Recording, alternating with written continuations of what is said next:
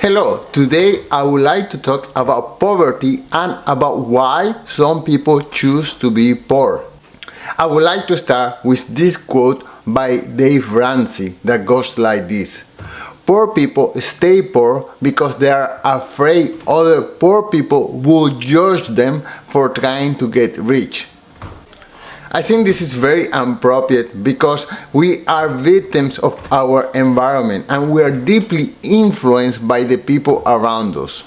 I have a few friends, some of them are rich and some of them are not rich. And when it comes to wealth, I try to learn as much as possible from those who are rich, and of course I try not to pick up the habits of those who are not rich. In the artistic community, which is where I navigate the most because I am a photographer, which is an art form, and I also have been a dance teacher for many years, well, in this community you are considered a sold out if your primary reason to create art is to earn money. If your primary reason is to create art and then you make some money along the way, that's okay. But if your primary reason is to make money, then you are sold out. But this is weird because this is not the case in many other professions. Let's say that I want to become an accountant because I know it pays a good salary.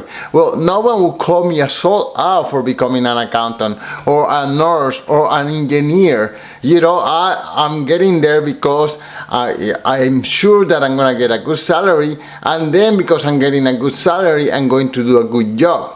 I think that in North America, many people are poor because they rather be poor. They rather the status quo. They are not willing to face the pain and the problems and raise to the challenge that it takes to build wealth. So if you are comfortable, if you have your 9-to-5 job and you have a crappy boss, but it is comfortable, this is what you know how to do, then you may opt out to stay poor. You don't want to take, evening classes or take additional risk, additional capital to do your side hustle on the side. No, the status quo is comfortable. So this is the situation for many Americans. And there are psychological factors that keep us there, and I think we have to break away from those factors, from those psychological impediments. And of course, this is a capitalist country, this is a capitalist world, and we have to make the best that we can with our abilities. And if we don't have enough abilities and skills, then we have to increase those skills, because otherwise we're just going to rot in poverty. The way I see it, there are three main reasons why people prefer to stay poor. Number one, social pressure. Number two, our religious belief. And number three, self-sabotage. So let me talk for a second about number one, which is social pressure. People conform to the expectations of their social groups, and many stay poor not because they lack resources, because nowadays we all have a smartphone in our pocket. This is a supercomputer that allows me to communicate with the whole world just by typing some or by talking to this microphone. So this supercomputer allows me to communicate. It has all the information in the world in this little device, and it even has artificial intelligence. These are tools that even 2 or 3 years ago scientists couldn't even imagine, and now all this is at our disposal. So people are staying poor not because they lack the tools nor the resources. They stay poor because they are afraid to betray their social environment, their social group. There is a sociological phenomenon called crab mentality, or crab in the bucket mentality. And what that is, imagine for a second that you are a fisherman and you went to fish crabs, okay? And you have a bucket and you put 20 of them, or 10. I don't know much how it works, but the way that I understand it is that some crabs would try to climb their way out of the bucket.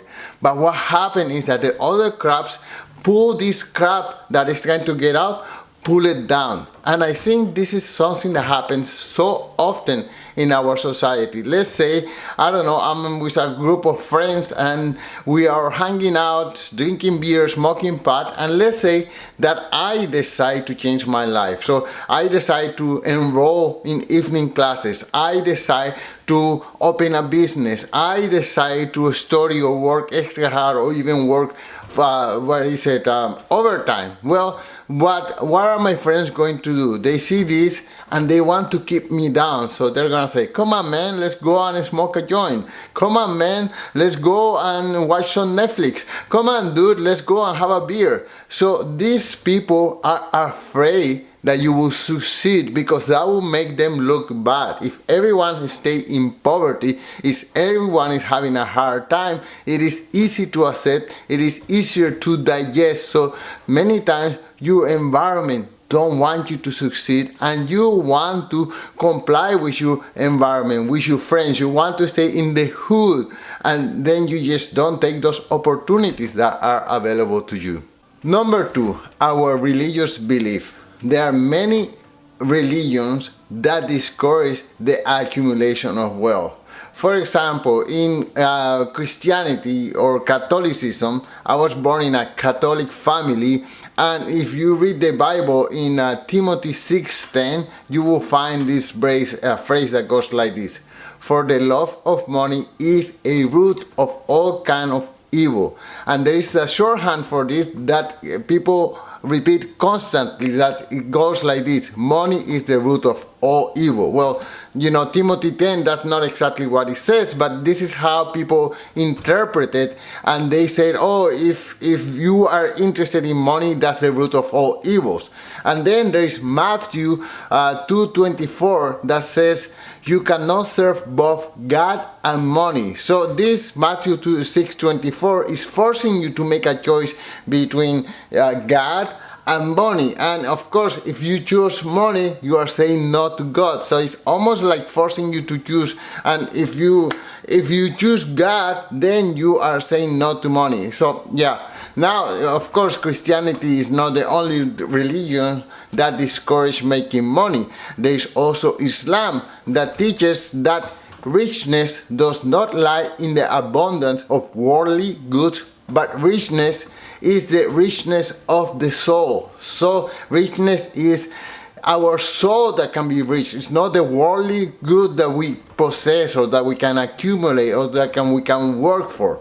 And then, of course, there is also Buddhism that warns against the attachment to material possessions and wealth, because wealth can lead to suffering. Wealth can lead to suffering and distract the individual from the path of enlightenment. So Buddhists always try to achieve enlightenment, and they say that, or they think that building wealth is just creates suffering. So don't bother with wealth, just do without it. And then we have Hinduism that views wealth as one of the 4 goals and emphasizes that we should follow those 4 goals in a balanced way, in a way that aligns with Dharma, which is the moral duty, and without greed. So Hinduism is a little bit more generous. You have these 4 pillars that make us as a person, and one of them is wealth, but you shouldn't put too much emphasis on wealth. Everything should be in balance. So yeah, this is an example. If you are a deeply religious person, some of these messages have been embedded in your head, in your soul, in your subconscious, and unconsciously you believe that building wealth maybe is not the best thing that you can do for you, for your soul, or for society. So how do you break the cycle of poverty? One of the things that I like to do is that I like to listen to motivational speakers, and one of the ones that have influenced me his name is Jim Rohn, and he's deceased now, but one of his famous sayings goes like this: your net worth is the average of your 5 closest friends. So what does that mean? It means that you should try to surround yourself take a look at your 5 closest friends and maybe try to identify the one that is a little bit more successful than the other one, and try to attach yourself to this person and try to grow from this person. But then again, try to go to, let's say, networking events or some groups where you can meet other successful people and try to attach yourself to those successful people. Try to make them part of your surrounding. And this doesn't happen immediately. Sometimes it takes time, sometimes it takes effort, sometimes it takes a year or 2 years to transition from your old group of friends to your new group of friends. So yeah, just keep that in mind. So I have 2 particular tips in order to break from the cycle of poverty. And of course, number 1 is to surround yourself with successful people. And you know, this is something that I have been doing for many years, in fact decades. I have a group of friends that I go and seek their counsel. Sometimes we just go out for coffee. I have one friend in particular that I try to see once per month, and that has been going on for decades. In fact, I have 2 friends that they nourish my brain, my soul, and they inspire me to do better. So try to attach yourself to those people, the ones that you see, wow, I could learn something from this person, or this person inspired me. Let's just get together from time to time and just share some ideas, or maybe I will try to absorb as much as I can. And tip number 2 is what you consume as media. Okay, so our brain is our most powerful tool. This is where our fears and our psychological impediments are, they live there. Okay, so we want to nourish our brain with good information, and we can do that for free. You can borrow books in the library of people who inspire you. You can listen to podcasts. I listen to podcasts with my phone every day, at least 1 hour of podcast every day. You can watch YouTube videos and just see, look out for also people who inspire you. Or you could go to networking events. Once again, there are many of them around any major city, some of them free, and some of them they focus on certain education aspects. For example, I was a member of a group called Toastmasters International, which is a group that teaches how to do public speaking. Well, that's a great networking opportunity because people share their life, their experiences through their speeches, and then there's coffee time, there is break time, and then you get to attach yourself to these people. But there are all kind of networking events, entrepreneurs event in every city. So use this tool, and maybe you can use it, it can benefit you. So I think that by adopting these strategies and changing your mindset, you can break free from the cycle of poverty and embrace a path of wealth and success. Thank you for watching. Peace.